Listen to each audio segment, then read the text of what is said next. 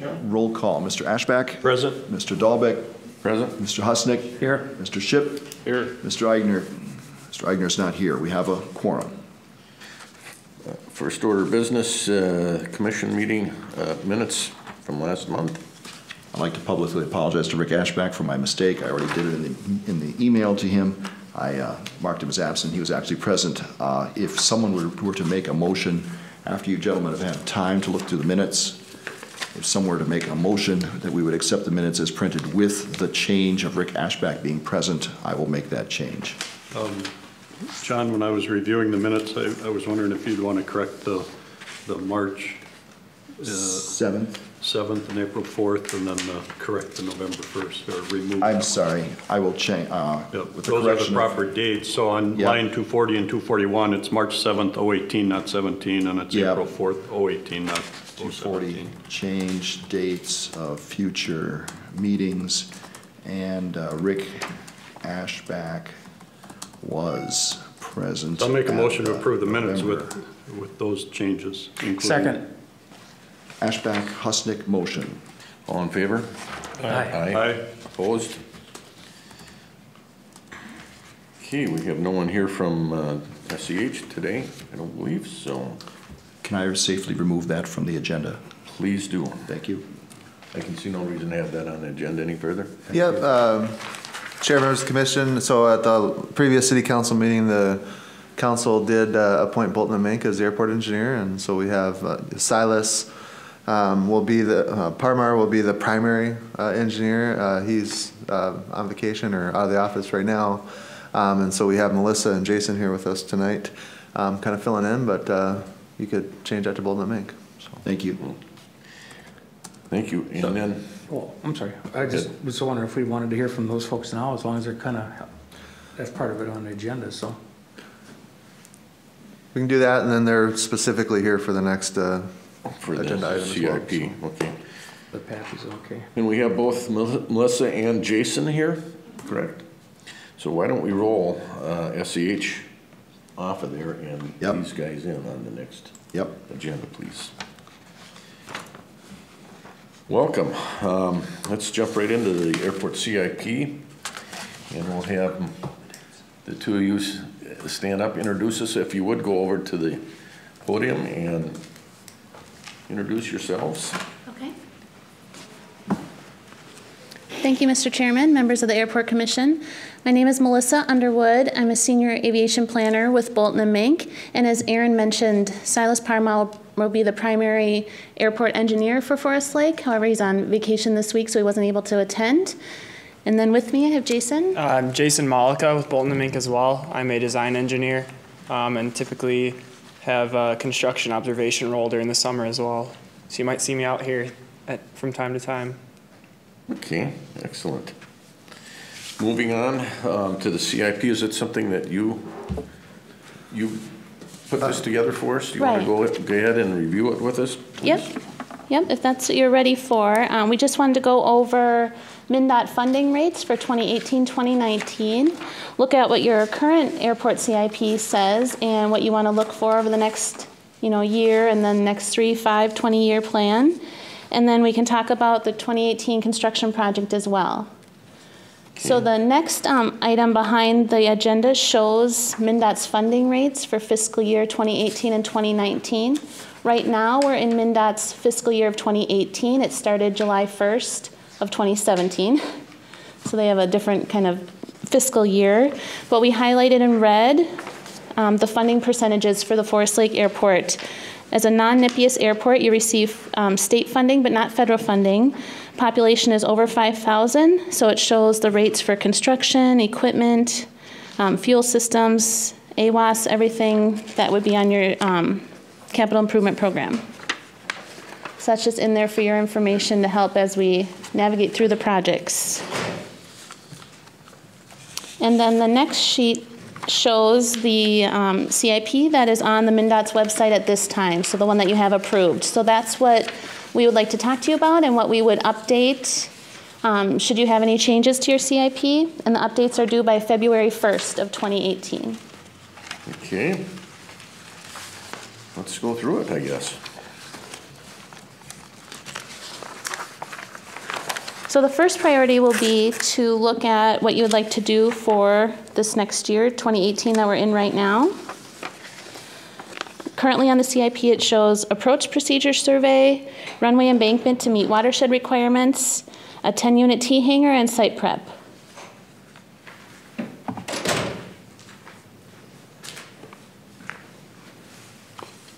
I know one of the priorities the airport is considering is drainage improvement project and where we would add that to the CIP, as you can see on the agenda. Item number 4 talks about the drainage improvement project and how that could be included on the CIP for 2018 or 2019, and the estimated cost with that project of $192,260. with a state share of 94.11% and the local share at 5.89%, which is $11,331.26.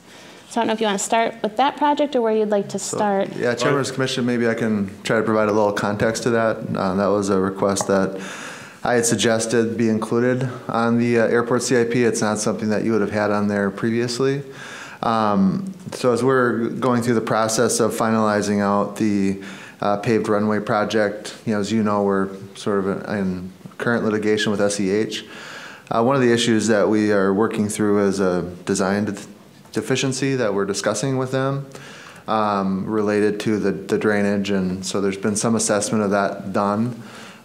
We feel like the drain tile should have been extended further than what it ultimately was, and we've just had some preliminary review of that done by the Bolton and Mink staff, and thought it'd be important to try to include that, as more of a priority type of project within MnDOT funding. I mean, we're going to be kind of pursuing parallel tracks on sort of what we'll call a design deficiency through that, but also thought it'd be helpful if we started to look at it as a standalone project within the CIP. That would eliminate water from sitting in the holding area between the taxiway and runway? Yeah, and so if you guys... Visible water, it'd be below. That's the idea. Of course, the grade is such there that, it's too flat to drain effectively.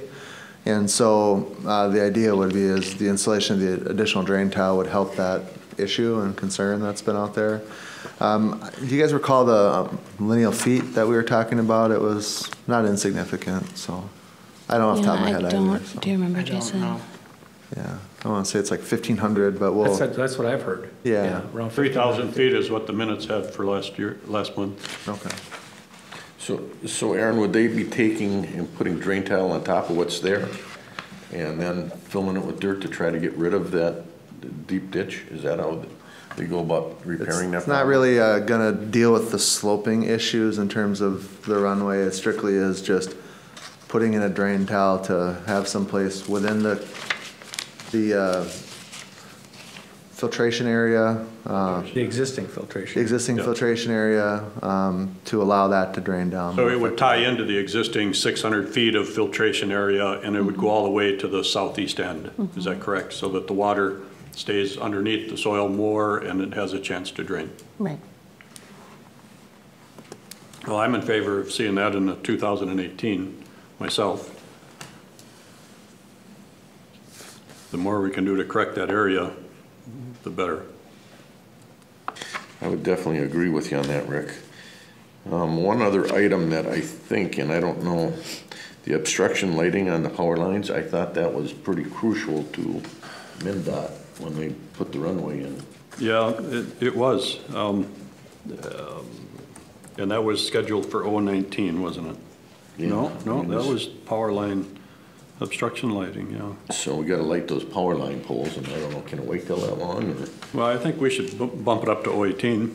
They called us on it, and they actually said that on our airport layout plan, we had obstructions that we said would be lighted, and then they said they didn't see it in the CIP.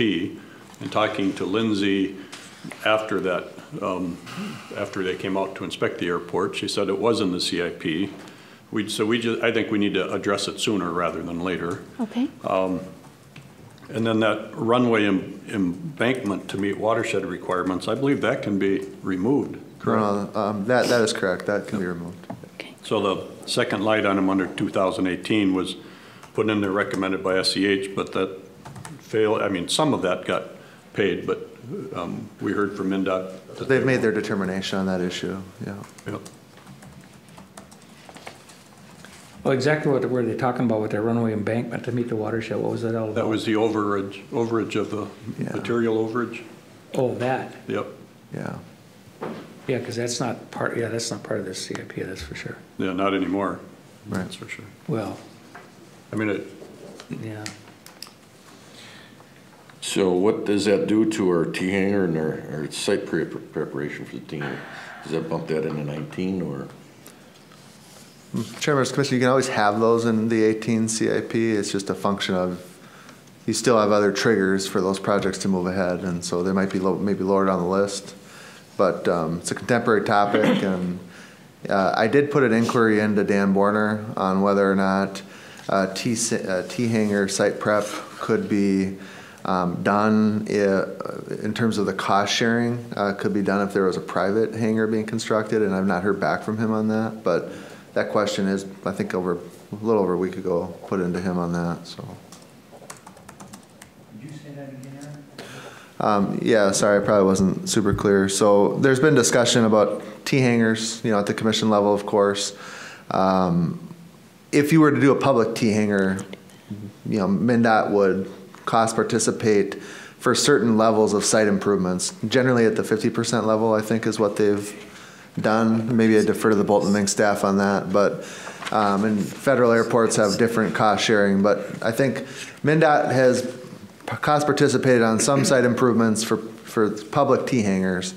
The question, given the fact that doesn't appear as if there's an appetite here to do a public T-hanger, is whether or not that cost sharing could be provided if someone were willing to do a private T-hanger that was open, if they had agreed to some covenant that they were open to renting to the public, that they weren't going to have it be restricted in any way. Yeah, because either way, you still have to have taxiways and pads and things, that kind of thing. So, yeah. It looks to me like the T-hanger site preparation is going to be a lot more than 50% according to this CIP written here. They got... Yeah, and so that's probably a confirmation Like item. 80-20, I thought. probably is, yeah. A question for Bolton Mink is, have you, knowing that you've talked about the MnDOT funding rates, has that been applied to any of these projects yet? Mm-hmm. So in other words, for the T-hanger 10-unit site preparation, that is in compliance with the MnDOT funding rates that are published? Right, so if it were in 18 or 19, it would be funded in that construction planning level, which would be 95% MnDOT funded. On the site preparation, the footings and the floor of the hangar. Okay. Even if it is private, we've seen that done in the past, but Aaron has a call into Dan, so it's good to confirm that information with Right. him, but we have Yeah. seen that in the past. Because I can tell you from what I've heard from the council that they don't even want to get involved with rentals. Okay. And even the building that we have down there, we lost one of our units down there because they don't even want to rent it. And which is this airport commission right now, we're 0 for 10 on passing anything with the council. We make a decision here, and when it gets to the council, it's poo-pooed. So, as far as the hangar itself is concerned, the site prep would be great if we could at least get that started, because that'd be more incentive for a private, individual or whoever to get something going there. Is there anything that you noticed that in being out at the airport or Silas before you went on vacation that you thought should be considered for the airport that isn't in our CIP? Not anything that isn't shown in here already. I think the items are appropriate that you have listed. They kind of follow the airport layout plan and the ideas that you have and the needs at the airport. Okay. So it seems appropriate. It just depends on the local funding availability on the order and the timing of the projects. One of the things I'd like to think that we should be considering, at least be thinking about, and I don't know if when it can happen, but I think we need to be talking about some expansion of availabilities for lots and where that would occur and that sort of thing. Well, currently, the expansion they've got up in 2028, they're talking about it. Yeah, I know, but it's got to. I think it should happen way before then. I really do.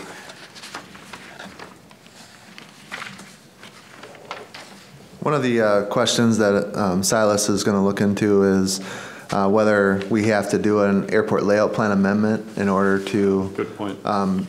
identify that next area for future development. And so it seems that that probably is the case. And if that is the case, you know, one of the potential recommended items earlier on would be a recommendation to do an airport layout plan amendment that would identify and provide just a general layout for that area. Which we've got set up in 2022 right now, I see. All I'm saying is I think it should happen sooner than later because there's the demand is there.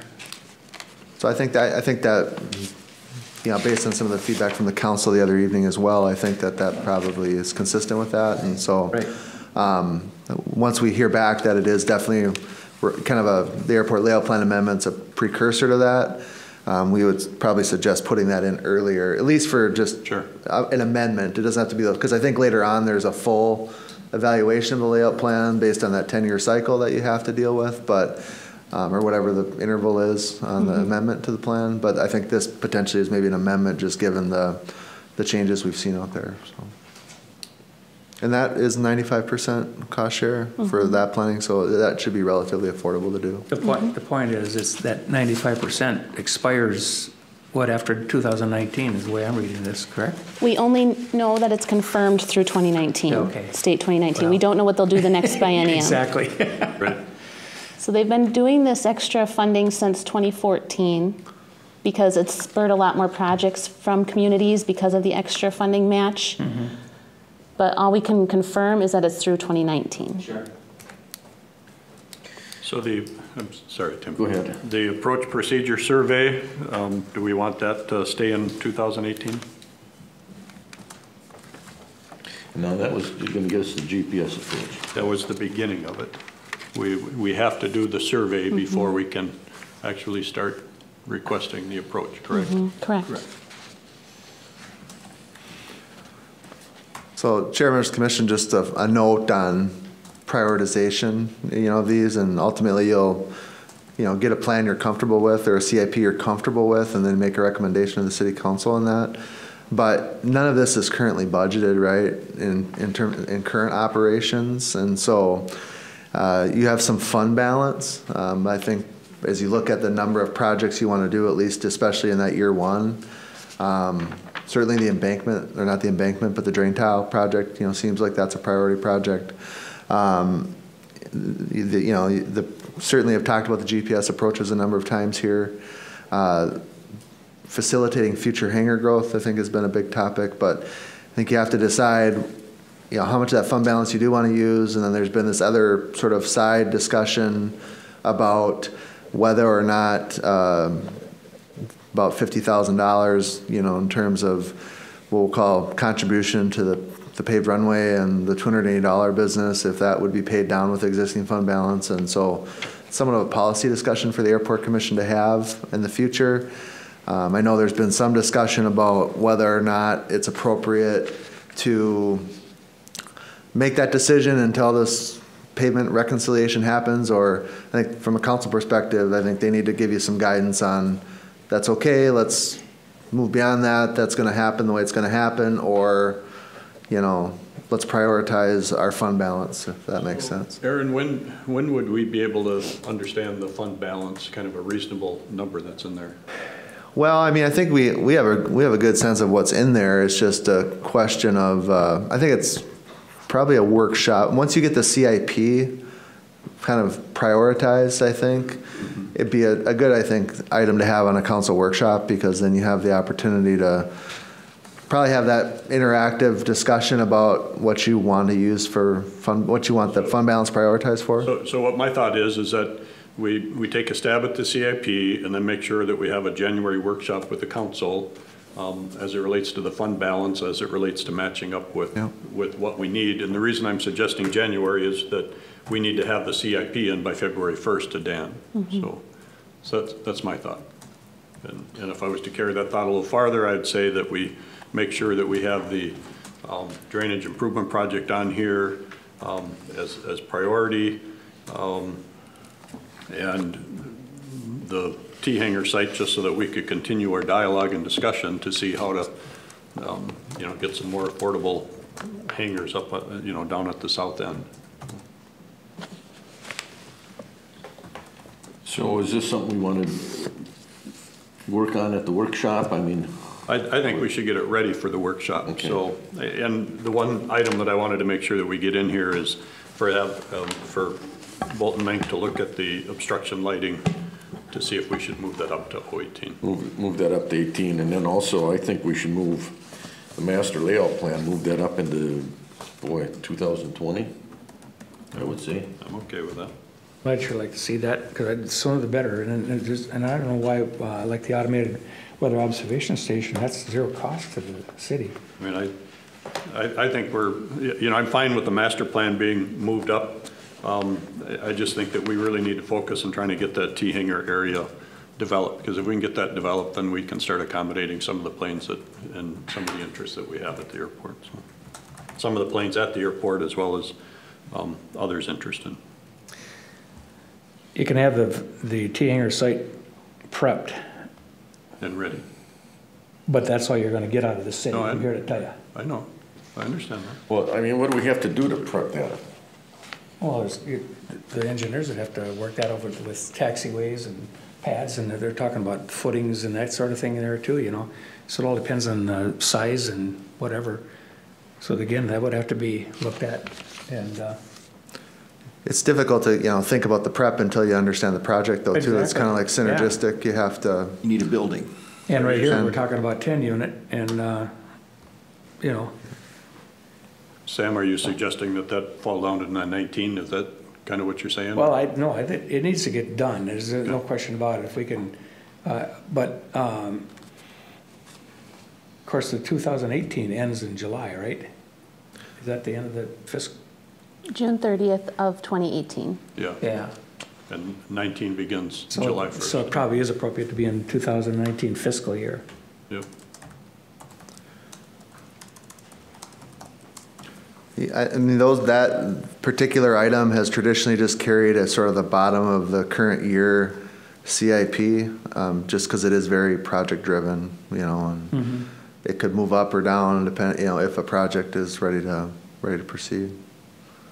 But I do think the notion of a airport layout plan amendment, presuming that's required to facilitate further private T-hangar development, if that's of interest, that could be, they're not necessarily linked up as far as an item, so. So, Aaron, excuse me, one other question. It won't be long and we'll need some seal coating on the early taxiway and taxi lanes that were put in for the south building area. Is that considered a CIP or is that just a maintenance item? I believe the state might cost share on that, and I think, maybe Bolton Mink would do like a pavement condition assessment just to understand if that's a maintenance treatment that's needed right now. Yeah, with all the construction activity there, all takes its toll there, no doubt about it. Well, they've got it, we got pavement and maintenance runway and taxiway in 2025. What you're saying, Rick, is need to move a seal If coat it's up or just- something? Yeah, What because if it's just a maintenance item, we should probably be able to move it. I would like Bolton Mink to take a look at the original paving, which was the taxi lanes and the taxiways that weren't part of the runway project, as well as the road into the AD building, and just, we had seal coating done, was it 2 years ago? Not seal coating, I'm sorry, crack sealing done. If you could just review it and see if, what your recommendation is it another 3-4 years before we have to consider seal coating? If there is some kind of contribution by MnDOT, it'd be great to have it on here, because then we won't forget about that item. Yep. Or we need to work with Public Works to make sure it's on Dave's So list. for the Bolton Mink staff, it's kind of this area is what he's talking about here. Okay. Okay, so the changes I see at this point, we're gonna remove the runway embankment off the CIP. We're gonna move the obstruction lighting up to 2018 and move also the airport layout plan, master plan up to 2020. Yep. And then add that drainage improvement in Add 2018. the drainage improvement. Yep. I'm fine with that. And that can change pretty easily with this, we don't know what's gonna happen with this litigation thing, really. That's, It's kind of a parallel discussion, right? yeah, really, I mean, yeah, but it's a ball in the air, and you don't know where it's gonna land right at the moment. Mr. Dahlbeck, if I could ask you to repeat, going to remove the runway embankment, you're going to move up the obstruction lighting, you're going to move up the drainage, and there was a fourth item that you said too. Add the drainage issue that was Drainage improvement. improvements that we're talking about. That's a new item. Improvement, okay, okay. Any other changes, Don? No. I believe there was discussion about if an airport layout plan amendment was needed to look at the next private T-hangar area, that would be in the 2018 category as well. You're saying next private T-hangar, you mean next private hangar? Or, excuse me, yeah, correct, thank you. We should be able to get an answer on that fairly quickly, I I would think so, yeah. I mean, if you're okay, if it is required, I think we could get a price for that and put it in the 18 category and. Yeah, Exactly. Yeah. yeah. So I mean, that's something we don't need to put it on right now, our CIP at this point. I think if it's required, you should just authorize us to put it on, and then when we have the joint workshop with the council, it's on there, and so they can see that. Okay. We could bring it back for your January meeting and give you an update too, because the workshop won't happen ahead of that. I don't Right. think, so. Right. Okay. Got that? Yep. Well, and Melissa and Jason, I'm looking forward to working with you guys. Thank you.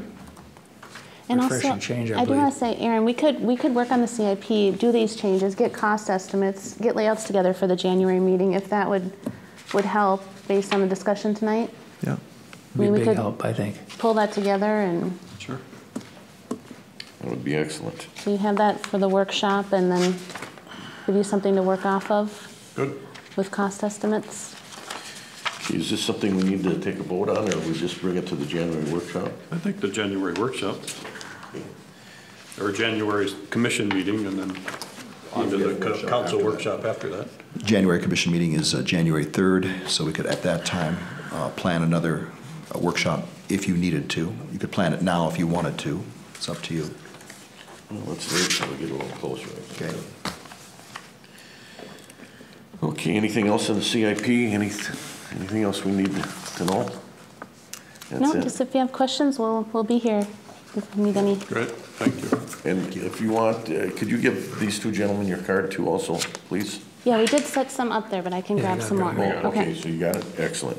Thank you very much. I you. appreciate it. Thanks, Melissa and Jason. Okay, moving on to item number 5. Chris Olson, lot number 1, proposed lease agreement. Chris is not here tonight. Can you give us an update on that? Yep, Chairman's Commission, so if you recall, Mr. Olson has an interest in the, well, I guess we'll call the commercial area. And he did have a lease, he did execute that, but there's still some terms, or he's, reserved that, and there's still some terms that need to be finalized. And he'd like some consideration on that. So his plan is a little bit fluid at this point. I think he originally was looking at a larger single building. I think today when I talked to him, he's looking at potentially 3 buildings. And so I said, ultimately it'd be helpful just to bring that to you guys for your normal approval process. And then I asked him to give us, because the commercial lease is a little bit different than, like when we went through Skydive Forest Lake and all that, it's just a little bit different than the traditional ground leases. And so he had some requests or discussions on terms. One in particular is the idea of the infrastructure charge, given that there's some private extension that's extraordinary that has to happen there, and so I think that's a policy discussion for the airport. I don't have specific information other than I think his request is to waive the infrastructure charge, given the fact that he's got to extend a service line to account for the utilities. He will still have a city connection charge, depending on the number of connections made for water and sewer to the building. But that infrastructure charge, you guys probably know this better than I do, is generally designed to account for the main lines in front of the building and maybe some proportionate share of the taxiways that were constructed when done. And so that's completely a policy decision on whether the infrastructure charge is waived. He also would like to discuss some renewal provisions at the end, and I said, well, you have to make a suggestion for the commission to react to, and I said that's not consistent with what we have in other leases, but this is a negotiated item, basically, a negotiated commercial lease. He is looking at kind of, it seems like a blend of private use and FBO type activities there. So I think we've got to further understand what those are too. I mean, he's talked about a number of items from paint shop to simulation to different things. So we're just still working through things, but I don't know if you have preliminary thoughts on some of those items that you kind of want me to be conveying as we go through the process. And you guys, sounds like you've had some conversations with you guys as well, and maybe you have other thoughts and feedback as well. So I just think it's important that the infrastructure charges for the entire improvement at the south building area, not just for water and sewer. So there shouldn't be a full rebate or elimination of them. I mean, there's taxiways, the land development itself that occurred is in that. Well, the whole idea behind that infrastructure fee was that once things were all taken down, that'd be zero cost to the city. That's exactly what it was. The MnDOT did their participation, and then the rest of it was divided up amongst the hangars. Right. And it's all, either way, I think for one lot or whatever the case may be, that it's probably fair to everybody that he pays that, so no matter what he does on that lot. There'll be some improvements there, but that's just my general idea on the thing. Other than that, it sounds to me like we should probably just be tabling this until we know exactly what he's asking for. I concur.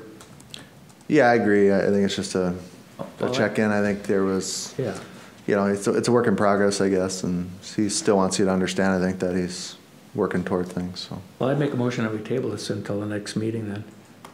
Until we hear from him then. I'll second. No. Any discussion? No discussion on the table. All in favor? Aye. Aye. Opposed? Okay. Item number 6, Pappy's. Mr. Chair, I talked with Lindsay, or I should say texted with her today at SEH, and from what she understands is the flight check will be done next week, but she would follow up with me next week. So there are some blinders, as I call them, that were put on the Pappy's that the FAA required, and then they need to do another flight check. Okay. Hopefully that'll get done and taken care of. It's been a long time. It'd be nice to have them. Any other business from any guys up here? No, I just, the only thing I probably alluded to it a little bit earlier is that we had made a motion to keep the hangar E full until we came up with a decent alternative, and that didn't happen. So whatever happens, if somebody leaves there, now it's going to be an empty space. So it's getting a bit frustrating. The idea is that, if we're not even offering an alternative, if the alternative was there already, this stuff would take care of itself. Right. So yes. Anyways, it's frustrating. And so that's what's happening. I just want to report on that. Okay, Rick, anything else from you? No, well, a couple of things. Over the Thanksgiving holiday, an individual flew in from Luscombe, with a Luscombe from Colorado, and stayed over the weekend and used the airport, was grateful for the airport. He visited family, and then another family flew in from Indiana, and in a 206, and he had it fully loaded with family and bags, and he stayed over the weekend, and I wanted to report it because it's nice to see that the airport is being used as intended. The people are coming in here instead of going to Anoka or Osceola and then having to be picked up in cars to come back here. So I wanted to report that. It was very good. That's awesome. We've had one other thing, Tim, sorry, I looked at the log in the AD building. There's a lot of good comments about the improvements at the airport and the AD facility and that. So. And some people saying that they're stopping here for gas now, and where they didn't consider us in the past with the grass. Thank you. Okay, speaking of gas, John, we have 2 foot 8 inches on one tank. 2 foot 8 inches. And it looks like 2 foot 1.5 inches on the other. So we must have just got a load. Yep, $4.17 a gallon. It went up 10 cents. Okay. And it is published, it is published in both the ForeFlight and of course AirNav as well as Garmin's app. How is that comparing with the airports around us? I haven't looked. Favorably with Anoka. Real favorably with Anoka. Sure.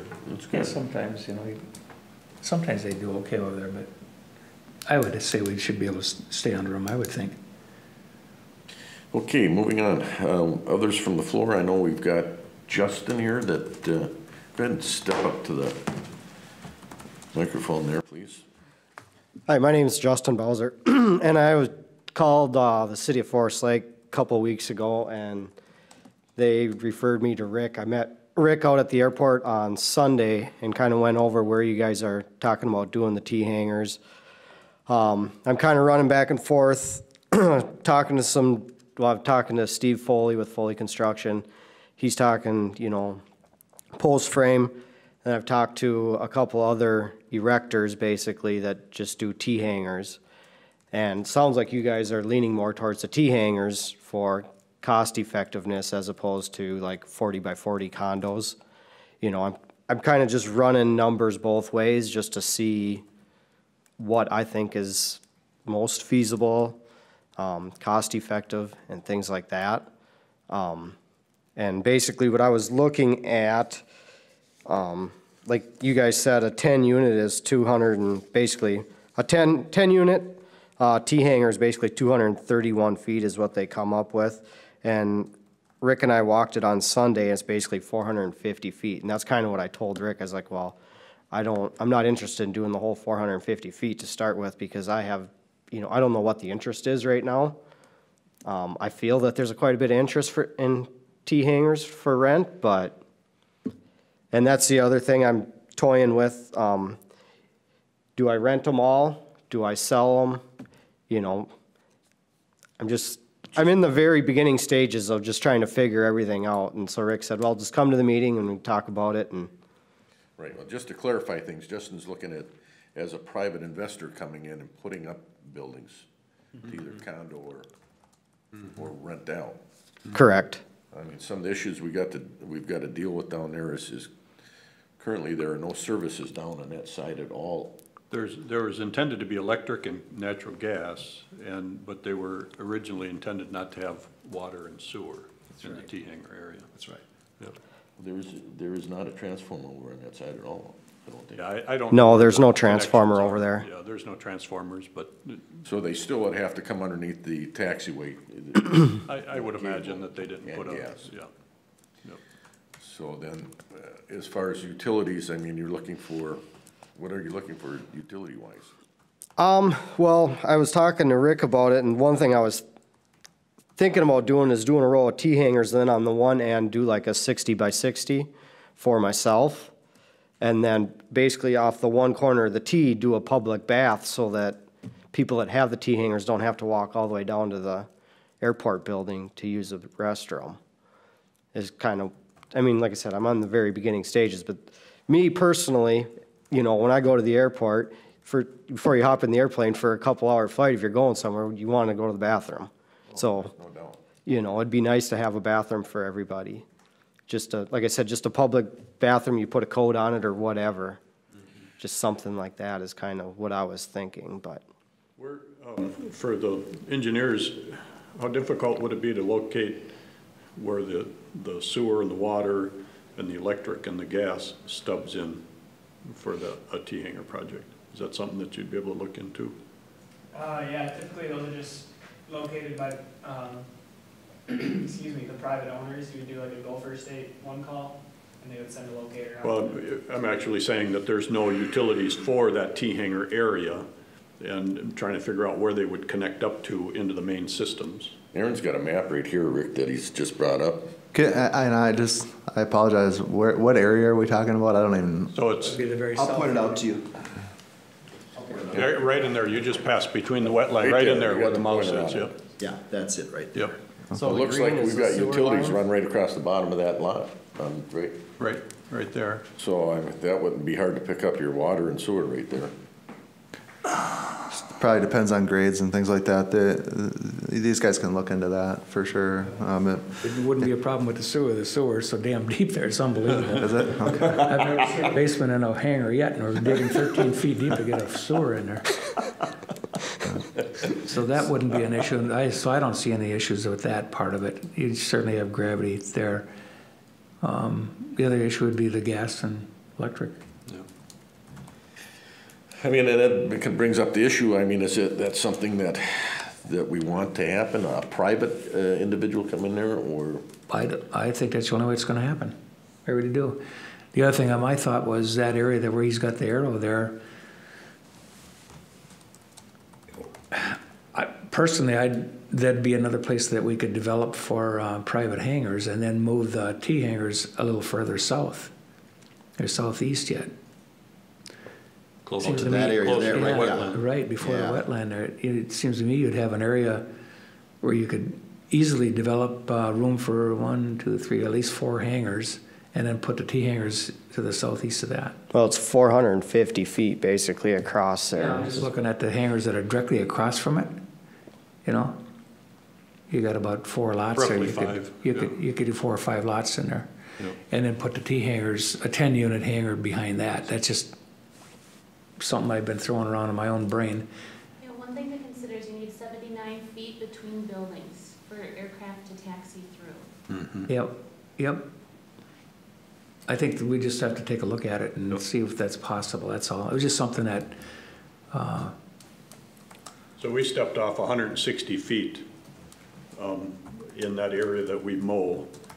And it seemed like there was adequate space for the aircraft to travel taxi lane George, I believe that one is. And then there could be, you know, the row of hangars, condoed or yeah, but T hangars, and then there could be a 30-foot apron and then another 15 foot of either just extended apron or taxi area. yeah, because one thing about a T hangar, they come out of the both sides of the building, so that's certainly a consideration. Well, if you're gonna develop, I mean, put a row of hangars there and then move the T hangars down again, I mean, we're gonna have a considerable cost in getting that grade ready, you know, to build the T hangars. Yeah, I don't know, I'm just suggesting that it's something that we should talk about. But Sam, you do bring up a good point that Yeah. if we chose not to try to put T hangars in there right now, we could have those lots surveyed and have 5 more lot leases. Yeah. Yeah, that's a easily. real good point. That's a real good point. That's something, all I'm just bringing this stuff up for conversation. I was kind of advocating if he was to condo them to do a box, you know, 45 by 40 or something like that, so the corners are available for the person that the back corners are available and not taken up by the airplane on the opposite side. So they'd all face the same way is what you're saying? Well, they would. No, you They would have. Still I'm sorry. T them. It's just you do like a 70-foot wide building or Yeah, whatever. Yeah. You know, just have a common wall in the back, but, I see what you're saying. yeah, just, So, yeah, you'd have, It's an 70-foot wide building, 200 feet long, basically is what I was kind of looking at, is condoing them. you know, So they'd be 35 feet deep and 46 feet wide, basically, is what it, just. but a true box, but a True box. But a box, yeah. that's the condo portion that I was looking at. And then like I said, I was talking to the other guys that build the T hangars, basically, also. Well, I think there's lots of good conversation going on, and so, you know, it's just a matter of trying to pin some of this stuff down and find out exactly how much room we have there and if we can use some of it, you know what I mean, besides the T hangars. We might not be able to. But I think it's something we should at least explore. It seems like, and maybe one idea is if, I mean, the T hangar idea is kind of developed, but I mean, this also could fit into that layout for the next T hangar or the next private hangar area. And maybe, you know, we can get a proposal from Bolton and Mink and have both of those that's kind of addressed in one item, and just at least you're pricing it out and understanding what the utility issues are and trying to talked about, with Justin about what makes sense there, and maybe it's all integrated and you can phase how the implementation, but it seems like, start getting into here and you're gonna probably need Yeah. a plan amendment or whatever. Oh, yeah, you would, I'm sure you would. Justin, your whole purpose of this was in order to get a 60 by 60 hangar because there's no lot leases available, correct? Or was it intended strictly because you want to build and rent? Both. Okay, all right. I mean, if we opened up this area, then we wouldn't have to worry about having anybody extend private utilities over on that commercial lot by the pumps either. I mean, he could, if he wanted 2, 3 hangars, we'd have it all set up here for Chris Olson and if we wanted to just change it to land leases in this area, we'd have 5 more hangar areas. I mean, the other option is, instead of doing T hangars, is, I mean, like you say, just do condos there. 40 by 40 condos or whatever, and then you can do T hangars further southeast too. Or just do lot leases. I think it's just something that we should look at some of the dimensions there and. We definitely have got to have someplace for the people in the north end to go. Yep. Yes. And we keep squeezing them out. That's the worst part about it, without an alternative. So. I And guess- what, do you guys know what they pay for a T hanger over there? The next question I was going to ask is, when you do this, you have to have some idea of what you expect to charge for T-hangers. So I was going to flip it back on you and say, what are you planning on? Well, I know in Oka they get between $200 to $250 for a T hanger. Yeah, and you have to work out the math to make sure that's gonna work. Well, and that's what I'm doing, and that's, part of the reason why I came here is because I need to, find out what the lot leases are gonna be, what the acquisition cost is gonna be. I'm working on the building side of it right now to figure out my costs. So it sounds like next month you'll have more information and we will have more information. Just from that perspective, is it the commission's idea that a private T hanger would basically pay the commercial ground lease rate? Or something Boy, different than that? I don't know or about that. I don't think that'd be the case. Just like the private owner rate? If they're, Because there's nothing. there's restricted areas, sorry, Sam, I didn't. Yeah, well, to me, it's not a commercial thing. There's not anything going on besides parking an airplane in there, even though it's privately owned. And it is in the private, the secured, I hate to say private or secured, but my point is it's not a publicly accessible area. You have to be, invited in, just like all the other hangars are. So there's no land side where by, like the AD building, it's, the public can come in at any point into that area and conduct business, aviation business, whether it's flying in or driving in. In this area, you have to, only authorized personnel are allowed. So I think from the rental perspective, I think it's more of a private, non-commercial. So then it just gets down to the dimension of the lot. the lot. The at that aprons, point. and we talked about that, the current land leases, it's the full land parcel, it isn't just the building. The building, So correct. it includes aprons and. So, Justin, are you looking at, I guess, 2 things? Do you want to develop the whole piece or just a part of it? Well, to start with, I only want to do a part of it because I don't want to throw, just say $600,000 out there and I get 2 people to rent spaces, That's the age-old problem. It really is. You get more if you charge less. Yeah. So, my thoughts are, like I told Rick, you do an 8 or a 10 unit to start with, see where it goes, and then, you can continue from there. And that's the other thing, I believe, talking to some other people, anything over 12,000 square feet, you have to have fire suppression. 5,000. Well, Yeah. we got to look into that because I'm talking to Chris Olson. He said you can go 14,000 feet without sprinklers. See, I've heard 15 and I've heard 12. And I've heard 5, so you gotta check. I know they've just built a bunch of big hangars down in Flying Cloud, and they all made them on just under 15,000. Malibu and Anoka, but they were going to do it, and they ended up doing the row of offices down the center of the hangar, and that's their fire break because it got it under the square footage, so it's somewhere between, I'm pretty sure it's somewhere between 12 to 15, but I haven't. And that's why I was like, well, is T-hangers still considered that, or is it not, because it's just, I think that's the building department. Yeah, you better talk to Chad Payment. Talk to Chad Payment, find out where he's at with that, because if he's wrong, we want to get it straightened out, Right. Exactly. so. Well, I guess, Justin, definitely, I think what we need to do is keep working forward and, you know, try to come up with some ideas and, see if we can make something happen for you. You know, definitely, we are looking for options for renters out there, so. I mean, are you guys opposed to me doing a one hanger on the end, a 60 by 60 on the end for myself, and then a row of hangers beyond that, or do you strictly want T-hangers there? Well, I guess the thing is, we'd like to develop that piece as efficiently as possible. Yeah, You know, however it works and out. right now, it's not designated for regular hangers. I mean, I'd like to Correct. see that, but it's not, you know, it was Designated for intended for T-hangers. T-hangers only, so there again, the state of Minnesota might have something to say about it. It might not be us making that decision. Yeah. So you better, we better check on that too, and these folks can help us with that too, the engineers.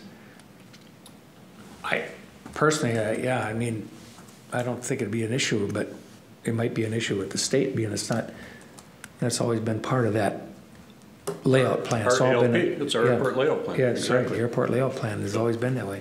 And so therefore, we may have to request some kind of a change.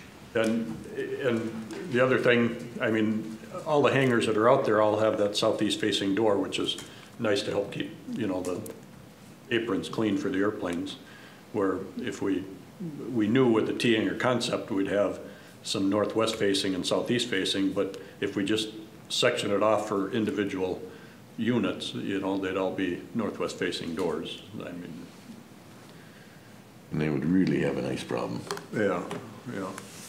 But I like Sam's idea that says a simple solution is we just take and make those available for lot leases as well. And but the difficulty is now we've pushed out the envelope of what we're trying to do to get affordable, you know, rental units down at the south end. So something to think about. You know, but I've got to think about anyway. Yeah, it's more conversation, so you gotta, first of all, you're gonna be doing some homework, finding out what this building's gonna cost you per square foot. Yep, and I've, Basically what it amounts to. that's what I'm doing now. I've got 3 different prices. I've got post building, I've got 2 different Steel building steel buildings prices. and overhead doors and. The steel ones come with the doors and everything on them. Well, I know, but it's still part of that cost. Correct, yep. You got, and then whatever, you know, what are you gonna do to finish it inside? Nothing maybe on a T-hanger? Probably not. Well, the metal ones all have it's all metaled off already, Yeah. so. So we'll know more in the next month, right, Aaron, as far as Dan and if it's possible to have some kind of a participation for hangar preparation area, so. For some of the site prep and then, I guess the other thing is, you'll have to discuss is, I mean, this is where they'll access, right?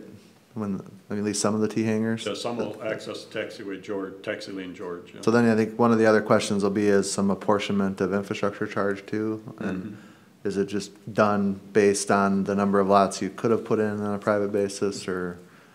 Well, That's yeah, a, yeah. that's Certainly a discuss that. question I think you gotta figure out too, so. Plus, we need to be able to take taxiway Bravo and extend it in order for them to get around on the southeast side too.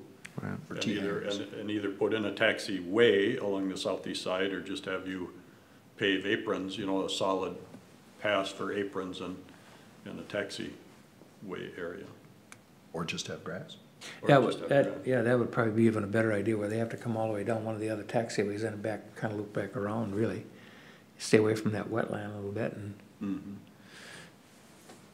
Well, I think you got your homework to do. I mean, I really do. One of the things, the first thing I'd do, get that settled on that fire thing, because I know that, I think Chad's been treating them as totally a commercial building where it could be like, he might tell you 5,000 feet.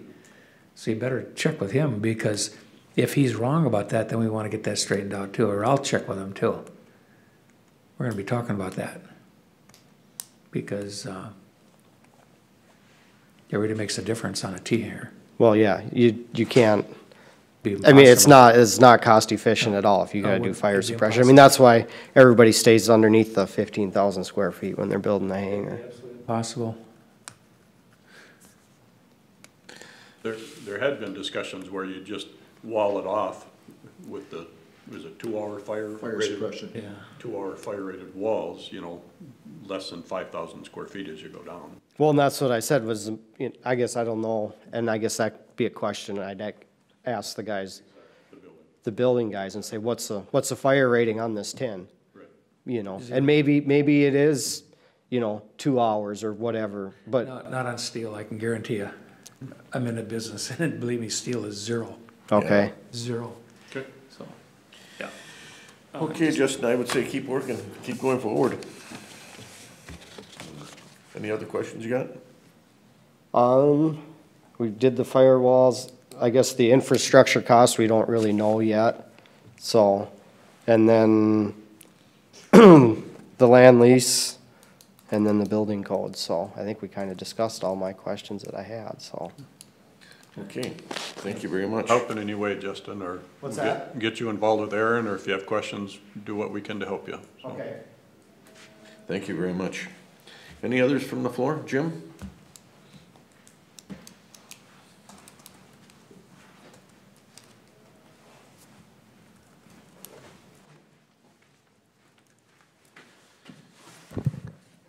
Good evening. Mostly I'm standing to talk about Hangar Echo stuff that's gone on lately. At last Airport Commission meeting, I counted a 4 to 5 vote for refilling any vacancies that occurred in the hangar. I understand there was a workshop between the time that the Airport Commission meeting happened and then the Airport Council meeting, or correction, the City Council meeting. Is that correct? That is correct. Did anybody here tonight attend the workshop that went on in between? Of course I Did? Oh, okay. I didn't know who, okay. I've not gone into the archives and tried to see any videos on tape if they are online, if they exist. Could you give me a brief summary about what was discussed in regards to Hangar E and refilling that at that workshop? Aaron, do you want to do that, or you want me to talk about it? I can start and Yeah, go you ahead. can maybe finish. Realistically, the information was the same as presented at the Airport Commission initially in terms of the 3 options or 4 options. The Airport Commission's recommendation was provided and discussed. The council doesn't necessarily take action at the workshops, and if, on this one, I don't even recall that they developed a specific consensus coming out of it. Yeah, they pretty much had a consensus. Did on they? it. Okay, Oh, yeah. you know, and, it was a little bit back and forth, but I think, they, as you understand now, I mean, they ultimately decided to make the improvements, which we do have scheduled for January now. So Lansky Construction will be letting the tenants know, some period in advance, but maybe planning for the January timeframe where there'll be some construction activity on the site. And I think there's a range of ideas in terms of why not to backfill the existing spaces. So the work will be done, consistent with what the league has provided us for the insurance settlement, minus the door work. But I think there's one perspective that, the city shouldn't be in the rental business at all. Another perspective that, we don't necessarily want to incur future relocation obligation. I think that was a theme. And then some other perspective that we want to continue to allow, the space to be rented. So that was kind of maybe the 3 perspectives that were out there. And then maybe I'll flip it over to Councilmember Husnick after Then that. it was, what he described is absolutely correct, but then the decision at the council, the consensus that night at the workshop, which is not a vote, but it's kind of a consensus, was to fix it, but not re-rent any empty spaces that would occur from now on. And so that vote occurred with the city council. I was the only dissenting vote on that. Because as far as I'm concerned, we don't, we haven't given, if we had an alternative for the folks there, Hangar E would take care of itself eventually. You give people a halfway decent alternative, they're just gonna move on their own, you know? This relocation thing is when people are forced out, you know, when we get rid of a building. So anyways, just to let you know, the consensus was that way, and so that's the way the vote went too. And it was only a dissenting vote. I was present, I noted.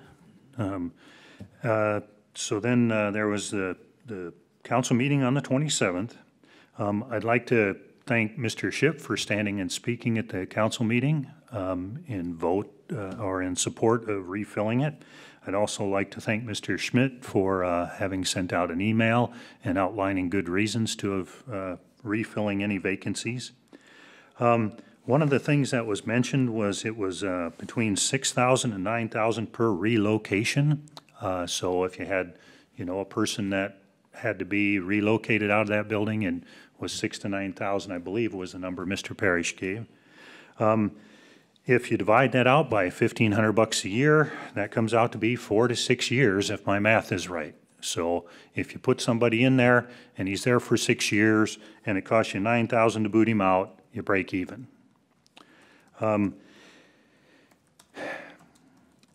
Jim, just stand on for a second. The really sad part about that number, 99.9% of it is paperwork. Well, It's just a ridiculous situation. as I was involved in the last one a little bit, and I know what check came to me for moving, and I know the difference between that check and the $9,000 number, I know the money went somewhere. So if I look at this, when it says 4 to 6 years should be the payback, if you're planning to keep that hangar, which will have a brand-new roof in January, for 6 years or more, it makes sense to refill the vacancies in that building, just from a financial standpoint. Mr. Mayor Winnick's comments about, I believe it was Mayor Winnick that said it cost more to maintain the building than it does, than it receives in revenues, is a little confusing to me, as I see very little cost. You make a couple passes around that with a mower each time they mow, and you make a few passes around it when the snow gets plowed. So there is some additional cost up there, but I don't think you have to have a renter in there for too many months to cover the cost of the extra, I don't know, conservatively half hour of additional maintenance time each time the yard is mowed. The numbers don't make sense to me unless someone has some reason to tear this thing down within the next 6 years. Because within 6 years, it seems like you're going to break even, at least. The other comment, and I'm quite sure it was Mayor Winnick that said this one, is that the city is not in a rental business. I've had the good fortune of traveling to numerous cities, numerous airports, and I routinely see places where the city is in the business. The city does value the airport and what it can bring to the city, as well as the economic income. And I know of huge hangars where businesses similar to mine have actually been subsidized by the city. They're so happy to have somebody in there filling that spot that can provide instruction or can provide advertising or can do things to bring additional people to the airport, in addition to the revenues of whatever you make at the gas pump is a very clear and tangible number. Many cities are indeed in the rental business. They subsidize, they build, and they provide hangars just to make sure that people come there. Perhaps I'm somewhat preaching to the choir here, but the things I heard at that council meeting, some I consider to be either false or deceptive. The idea, one of them said that it's going to take 10 years to get a payback. I believe that was, again, a comment from Mayor Winnick. It's not 10 years. It's 6 years at the outside to get a payback versus once you relocate someone, charge him $1,500 a year, how many years is it going to take? It's 6 if we use the 9,000 number. So some of the things that were there and stated during that meeting, from where I'm standing, and I look at the numbers as they've been provided and as I understand them, were simply false.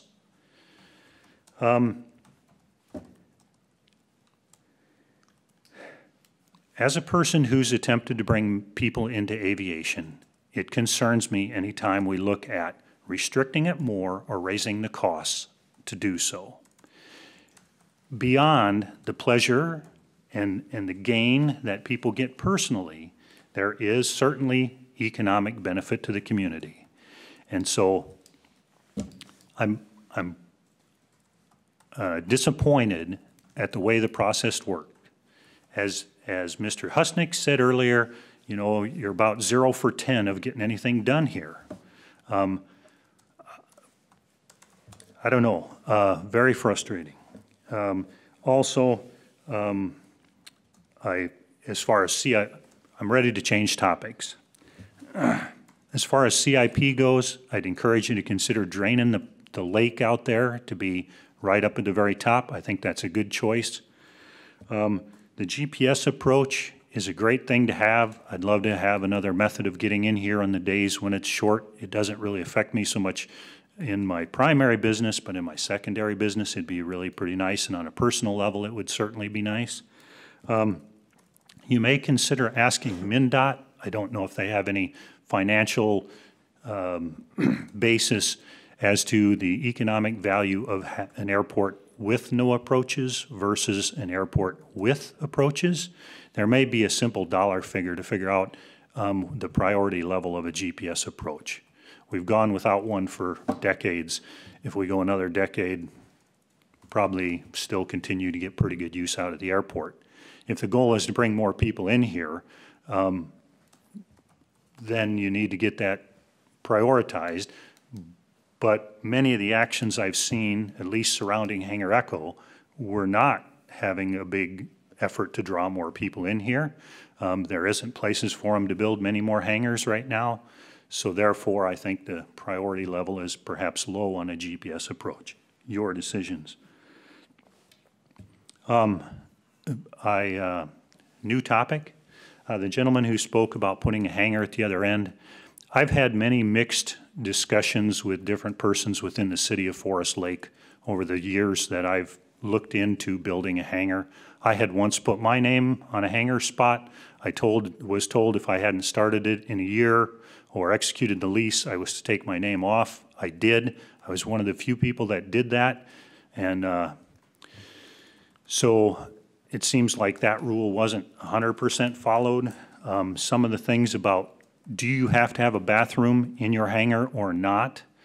I was told unequivocally, well, to back up a little bit, at one time it was, we didn't have to have a bathroom in the hangar so long as an ADA available bathroom was available somewhere on the airport. So until the terminal building was built, the rule was you had to put a bathroom into your hangar for that reason. Then the terminal building got built, which had an ADA bathroom, and now that requirement to put an ADA hangar or an ADA bathroom into each hangar supposedly was not required until you started talking to the building officials, and now you got to have one in every hangar. And I've looked into this. I talked about a year ago. I was looking at moving hangar, Alpha Bravo. Hangar Bravo used to say K on it. I looked into moving that to the south end, and one of the things that was required was to put a bathroom in there. If it went to the south end, it had to have it. The gentleman stood and spoke tonight, asked about a T hangar, and it was stated that there's no facilities out there now. There's no sewer line ran to the location for the T hangar. So if we stick with any consistency, you can't build a T hangar there. You can't put a bathroom in it because there ain't a sewer line. So unless he's willing to fork over the dollars to extend the sewer line to the T hangar, you can't build one there. And the one that's in the terminal building doesn't count.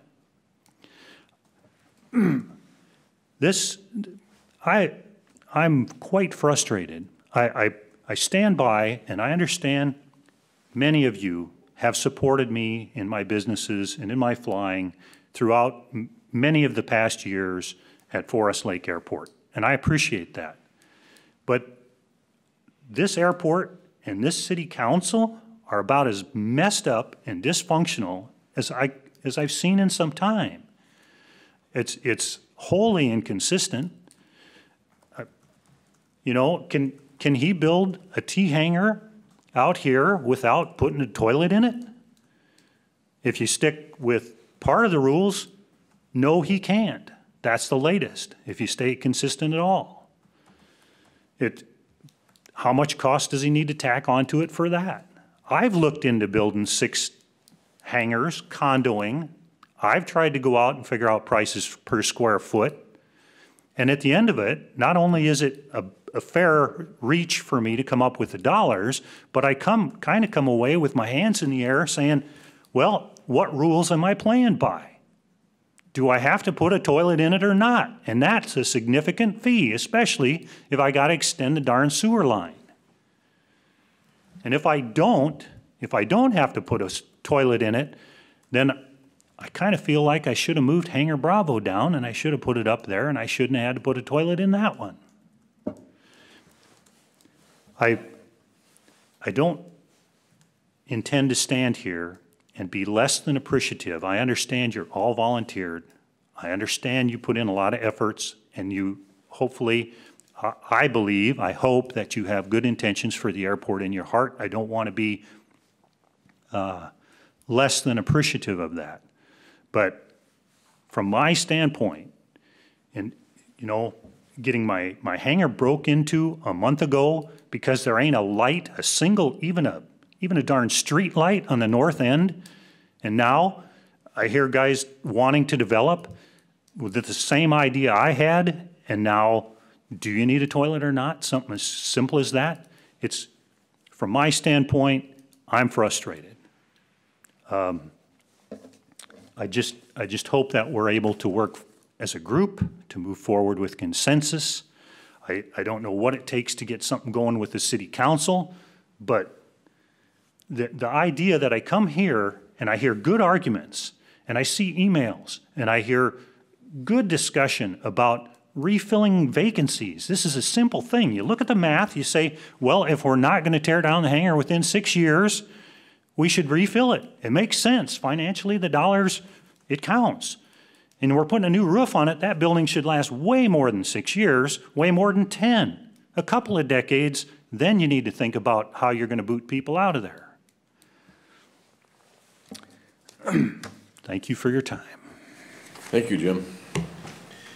Any other order of business, gentlemen? I make a motion to adjourn.